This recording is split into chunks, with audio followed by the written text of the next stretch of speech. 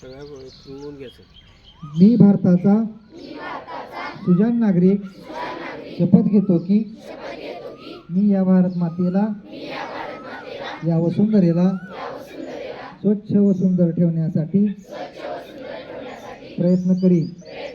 या वसुंधरेला या पर्यावरणाला माझ्यापासून कोणतीही हानी होणार नाही याची दक्षता घेईन.